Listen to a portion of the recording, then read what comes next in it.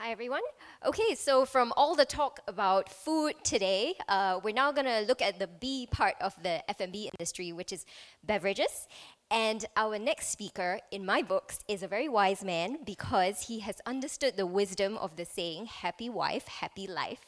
In 2019, he started non-alcoholic beverage brand Non because he was inspired by his travels eating and dining around the world with his wife Miranda, who doesn't drink. Hi, Aaron. Happy to be in conversation with you. I'm a huge fan of the movement, but maybe for people who may not be that familiar with Non or are, trying it for the first time, could you just give a quick intro on the flavors? What is your thought process when creating this brand and the flavors? Yeah, sure. We coined the term of the category. It's a non-alcoholic wine alternative. And I think the category name's actually wrong. I don't think we got it right, but we needed a jumping off point for people to try to understand it, at least this consumption and how to have it. And it was inspired when I was at the Clove Club in London and having the non-alcoholic pairing, and I actually realised that I understood more about the non-alcoholic pairing than I did about the alcoholic pairing. And I felt quite silly at that dinner, to be honest with you. But I was just like, why can't you buy that level of drink in a bottle? With not much thought into anything other than that. And we really solved the problem for a lot of restaurants by giving good quality beverage that you can make good money on, really good cash margin. And yeah, we've been doing that all around the world now for 4 years. So we're here to attack Malaysia as well, and we've been in Singapore for 2 or 3 years. Great. Could you talk a bit about, the target audience you had in mind when you created the brand? And, it's now been 4 years since you started it. Have there been any surprises? Has the audience changed in a way that you didn't expect, or was there unexpected Yeah, opportunities?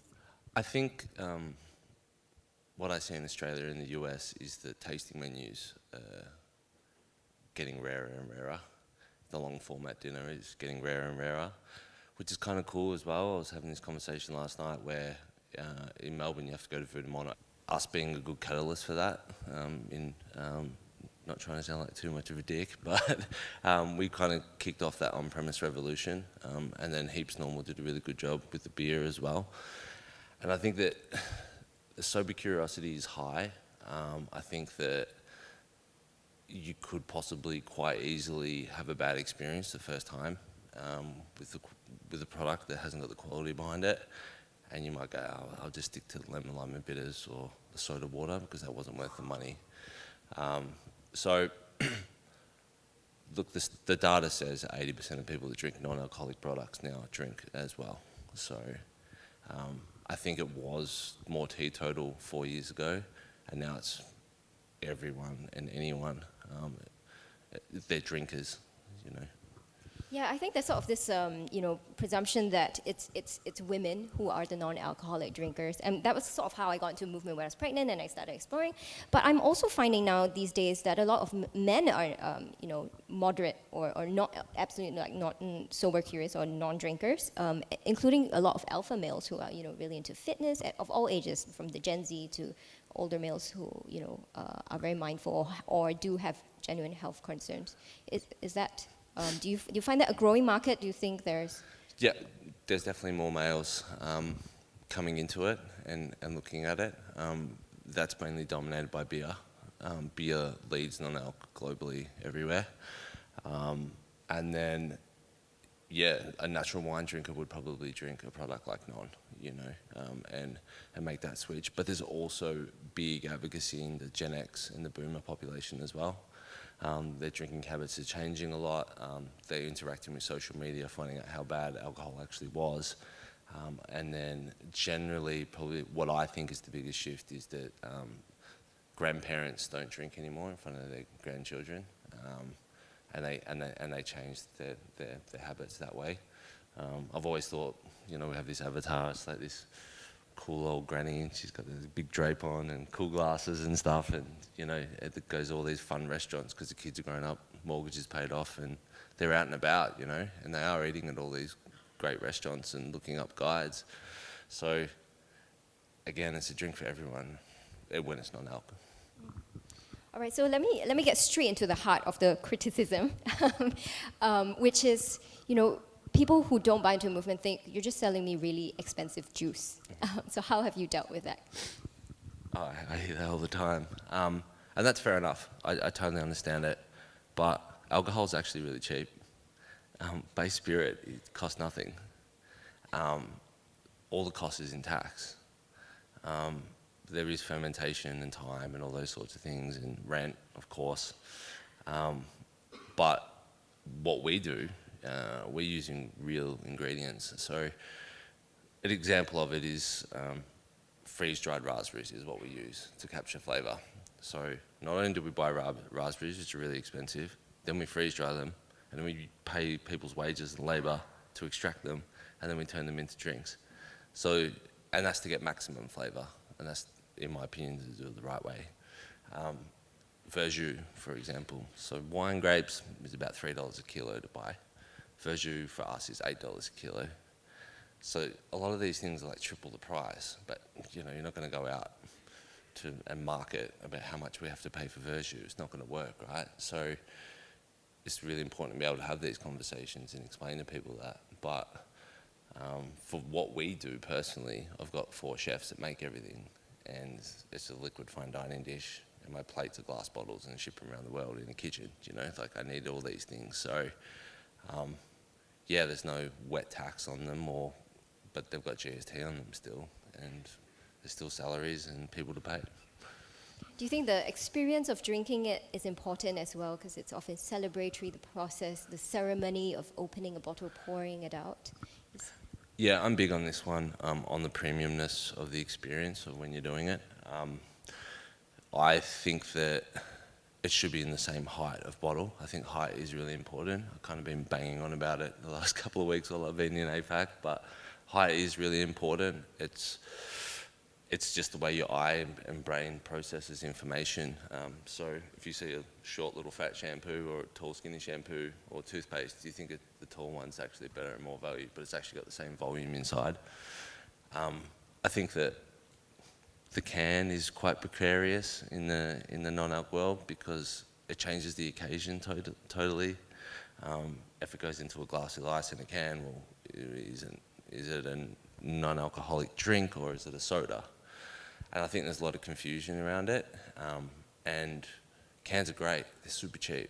They cost 6 cents. Glass costs $1. So the barrier to entry for brands to come in and do things is great, but are they preserving the ritual?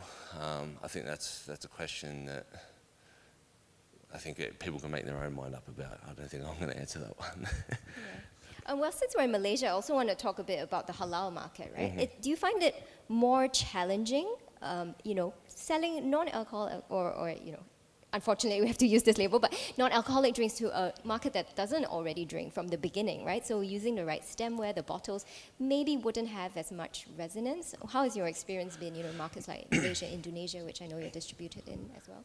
Yeah, totally. I think it's going to be interesting. Halal certification is it's very different everywhere. So what you can get past in Australia is totally different to what you can get past in Dubai, what you can get in Singapore, in Malaysia. So, and it could depend on the auditor of the day as well. So a stemmed wine glass would be considered a rum by the wrong auditor, or you might get a short wine glass, or the wine bottle might be considered it when it's just like, well, it's just a glass bottle. So you have to argue backwards and forwards all the time. So I think non-alc's going to have a challenge in these halal markets without a standardisation of between the authorities and the bodies on how we're going to figure it out, because there's alcohol-removed wine that is halal certified, and I literally don't know who they got to audit it, but I would like to speak to them because I have no idea how they got it through. Yeah. Is it a tougher market when they already have so many options, and they have juice and already a wide variety of options, right? Most of the conversations I've had here this week is trying to get people to understand why they would spend up on non-alc, and that education and that consumer education. And it's the same in Tokyo as well. When it's so ingrained in their culture already, why would you go from a soft drink or a tea or a water and spend money on good quality beverages. That is really the challenge that they don't understand. And also the language, most people or most brands are saying there's a non-alcoholic gin and tonic, or this is a wine alternative, or whatever they are. And as you're rightly saying, they've never had any of these things. They're not interested.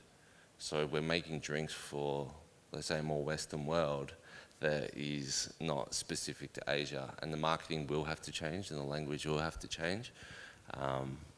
But also, I have this conversation a lot. It's like they're really adult beverages, but that is the unsexiest name in the world. Like, what are you going to do with that for marketing? So, yeah. Okay. Well, last question from me before we go to the audience questions, which is, just now you mentioned also the barriers to entry to this market is quite low, and I think I read the statistics recently that it's a market worth the non-alcoholic beverage market is now worth $11 billion. So, and big brands are muscling in.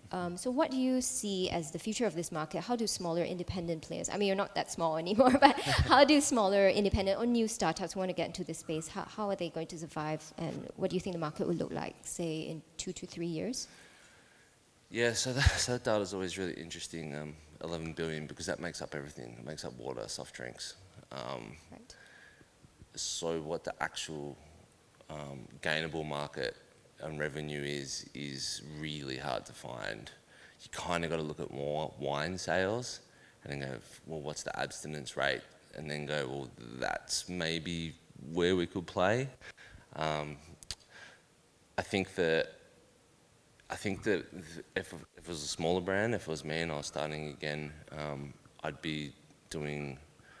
just be spending money with good regulatory people to make sure you get it right before you come in, because otherwise it could be really expensive and cost you a lot of money. Yeah. Okay, great. Well, let's try and take some questions from the floor as well, because I see there are quite a lot coming in. The most popular one, not a very friendly one. How would you describe non if not just a sugar-filled drink that tastes like something randomly threw together?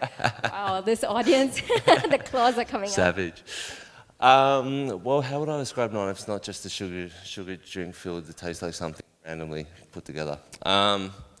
Look, when we talk about non, we talk about the craft and the people that make it, and using real produce. The sugar in the drink is actually predominantly natural sugars. We're not afraid of sugar though, because sugar is great for body and balance. And then, we're using premium ingredients like Murray River salt that all chefs use, and we're freezing and dehydrating them. So look, people are going to get it or not get it, and they're going to get the value or not get the value. That's not my job to tell people that they should understand this. Again, it's the experience that they have. That everyone's got their own opinion. They're absolutely entitled to it. I'm just here to try premiumise non-alc for people that don't drink or want to moderate, and give them a really good option that doesn't actually take them to a shitty version of an alcoholic drink that isn't really like that at all. Right. Yeah. So the next most popular question, which I think is sort of it's a part of the first question, which doesn't kombucha or juice fill the void? Is there a need for sophisticated and elevated non-alcoholic drinks? Well, juices can be quite one-dimensional, so I don't think juice fills the void. Also, I don't think juice does any good for venues because of the language that you're using. Like, how much can you really charge for a glass of juice if you want to get spend per head on the ticket up? And then for me personally, I think kombucha has that tang. It's that kombucha-y, scoby thing. So that's doing that thing too. You might like that, you might not like it. There's some really bad kombucha and there's some good kombucha. There's also, in a restaurant, if you've got time to do it, like there's inconsistency with it unless you've got like an absolute master as well. So again, there's a time and a place for everything. Yeah. Actually, just to jump off on that, you mentioned it's one-dimensional. I also read that, in the spirit, you're quite unconventional the way you built up Non, and you like to hire people who are non-F&B background, and you yourself, you're not from an F&B background. So what has that brought to your business? Is that a deliberate strategy? It's more so the skills that they have to bring in breath, because what we do is there's no manual on it. It hasn't been, you know, you get some grapes and you put them in barrels and you ferment them for this amount of time. No,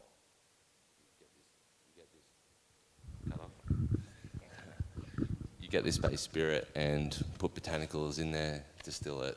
You know, there's no rule book for it, so we need a lot of breadth in the team and a lot of different experience to help bring it together and drive it. And the business's needs are changing very frequently and very often as we hit new points of scale. So we're outgrowing, I wouldn't say we're outgrowing people, but we're outgrowing our in-house capabilities, and when you're so in it, you need fresh eyes all the time anyway. So I'm always hiring fresh eyes.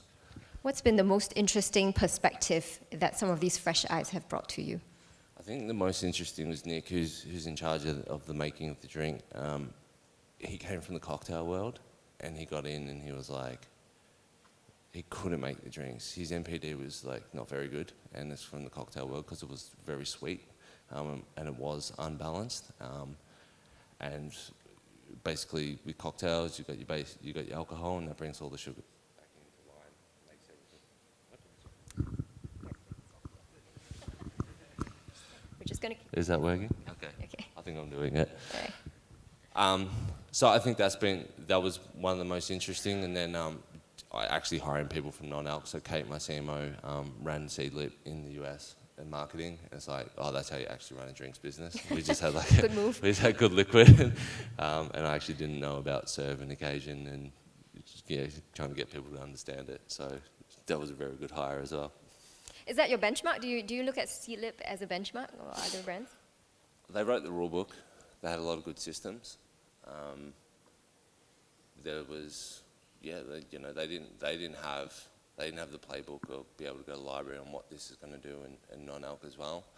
I like those guys because they had a lot of tenacity. Like their pushback back then would have just been wildly insane. You'd have to be. I heard a saying, it's like you have to like the taste of blood in your mouth from getting punched in the face all the time. So I think they must have loved the taste of their own blood. I love that. I mean, and on the flip side, do you find they're competitors after your image? Have you, I guess on the positive side, have you inspired younger brands that you see sort of following the footsteps, or to put it a bit more negatively, have you had people sort of are they copycats for this? In the wine alternative space, there's probably like 10 now, I think. 10 that I know of that I've come across. I'm sure there's some other little ones simmering away with a culinary sort of approach to Yeah, okay. yeah. And there's also non-alc brands that are coming into wine alternative. So there's a brand called Surely in the US, and they've had a de-alcoholized wine. Now they've made a red blend, so they're doing what we're doing. So it seems like we've been able to normalize that you need a bunch of different ingredients to bring it all together. I attest to alcohol carries all the body in wine. You've got the grape, and you've got one singular flavor. So when you cook the fermentation out, which does everything, then it's really hard to get something back in, and that's why beer can do it really well, because there's lots of layers in beer. There's hops, malt, barley, or whatever they are, so you can tune things up and down to give a similar experience or a full body and taste. So, yeah, non-alc spirits brands are doing wine alternatives and whatever else. Do you guys talk to each other? Is there a community, or is it kind of competitive? I was actually talking to a guy who owns a non-alc bottle shop in New York, and I was like, someone's got to get all of us together and just like normalize the language. That's true, right? A community playbook, like a board, right? Yeah, because there's too much language flying around that's confusing everyone. Yeah. Do a Kita for non-alcoholic beverages. I don't think anyone would show up. I mean, speaking of ingredients, so back to one of the audience questions. Can you talk a bit about adaptogens, which are very trendy now? People are all about functional foods and mood-boosting benefits. So can you talk a bit about these and other funky things that people are putting in their drinks, and what is your opinion? My opinion is that they don't work, and that it's marketing. I think it's for a lack of flavor, or using extracts from flavor houses that help. It's marketing, essentially.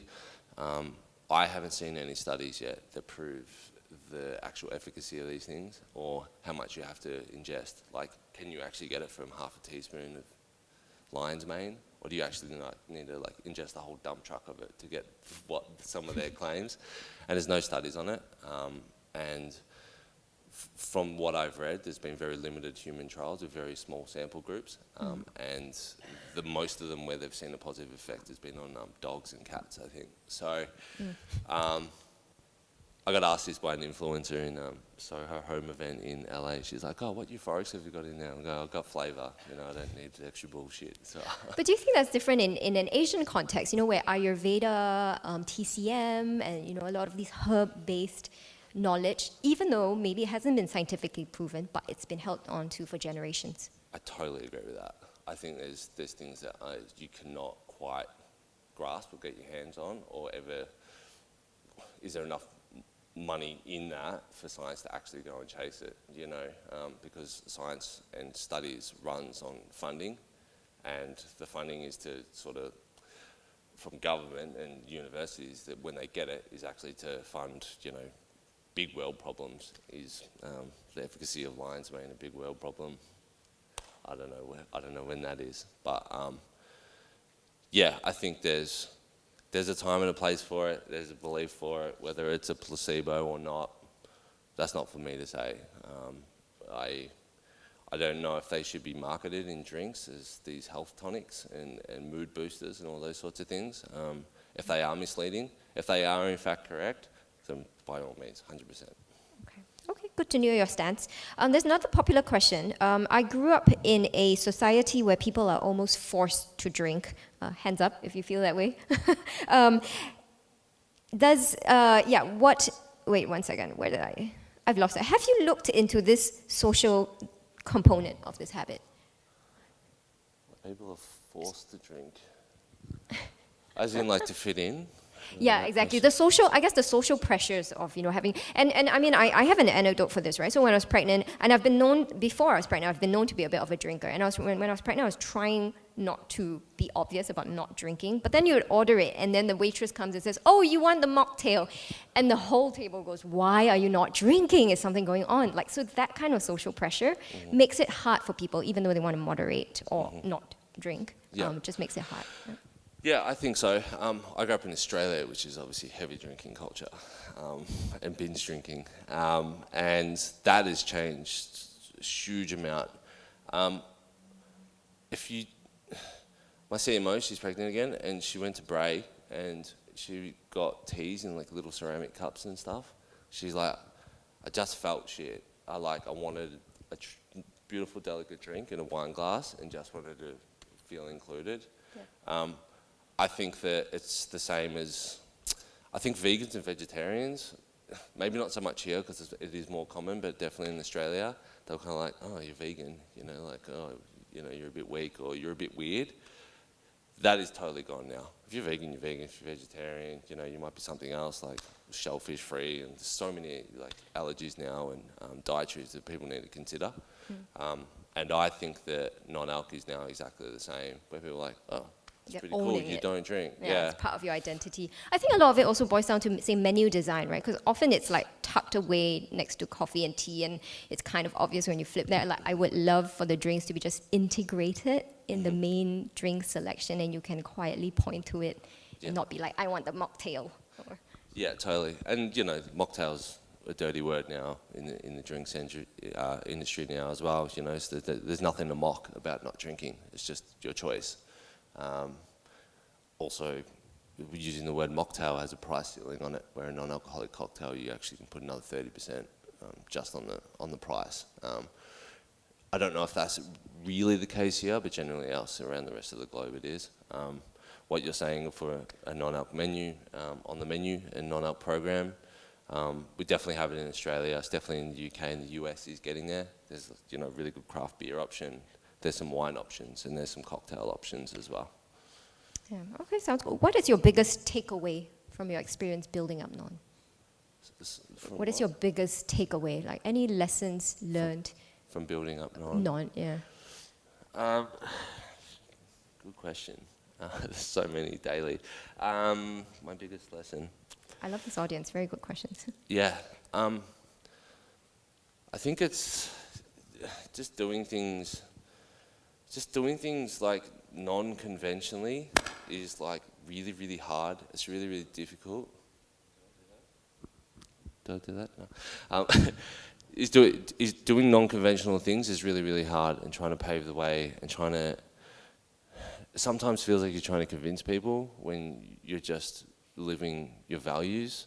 And I think that is probably the thing that I've learnt the most in the last 4 years, is that if you believe in it and what you're doing and how you're helping, then it makes all the hard stuff worthwhile, and all those difficult conversations that you get, and when you get the blood in your mouth, to come back, like the first question here today was one of those situations, right? it's just what you've got to deal with. And I think that's probably the biggest thing that I've learned about, if you are doing something innovative, you're gonna get questions and challenged on it, and rightly so. Yeah. For the chefs in the house, who really like to geek out about this thing, this topic, what is the thought process behind every drink you produce? Can you just walk us through it? Yeah, so we have the 4 pillars that we look at. So it's the fruit, tannin, salt, and acid components, because wine has all of those. The acid and salt, now that we've figured it out, is quite easy. It's verjus and salt, or something like salt. So it could be olive brine or tamari, just depending on how we want that salt to give us umami. And then we get into the fruit component. So we'll go, okay, well, we think raspberries will be delicious, but then we'll have to freeze dry them, we'll have to juice them, we have to dehydrate them, use frozen ones. Do we do a cold extraction? Do we do a hot extraction? So that's how we go through every single way. Understand it, time, temperature, control, and then go into the next bit. And then what happened was, I've been doing non for 4 years, and it wasn't until we just did non-8 that I actually realized what non was. And we've made drinks which are like bang on the same as wine. And I think, depending on the palate, of course, but you would beat people in the blind taste. And we're throwing them out because we're like, that's not what non is. It's not meant to be, it's not meant to present as wine. It's meant to be a totally different experience altogether, where you can have a conversation, have a debate with your friends. You might love it, you might hate it. That's what it's there to do. And what non actually has is a really interesting finish. And that was consistent across all of them. I just didn't realize it until we made a new drink and was like, why can't we unlock this? Like, what's going on here? It's like, we haven't got a weird enough finish. So then that's what we do. So we'll get everything together. We'll get the base in, the fruit, the tannin. So tannin's coming from teas and spices and all those sorts of things. And then then it gets hard. It's like, well, how do we trip people out a little bit more? Yeah. Amazing. Okay, final question, just to wrap up, 30 seconds. What are your future plans for non? What are you looking to change or evolve, expand to a different category altogether? I often think about it. We've made a beer out of orange juice and hops, which is really delicious. We've made a cider, and it's definitely tempting, but also I think we're pretty focused on, and we've got a big enough job doing what we do already. I think what I need to do is make premium non-alc more accessible. I think that's what's come to light, and for me on this trip, and it's just from being out of the business, so I can go back into the business with, I think, what we need to do and how we need to help people. And then I want to do luxury non-alc, so basically it'll have an offensive price that you're either going to get offended or love it. That's what we'll be doing next. So we're in conversations to have that sorted, and that'll be out in the next couple of years. All right, thank you for sharing, and we wish you all the best on your very exciting journey. Thank you. Thanks, everyone. Thank you, ladies and gentlemen. Aaron Trotman.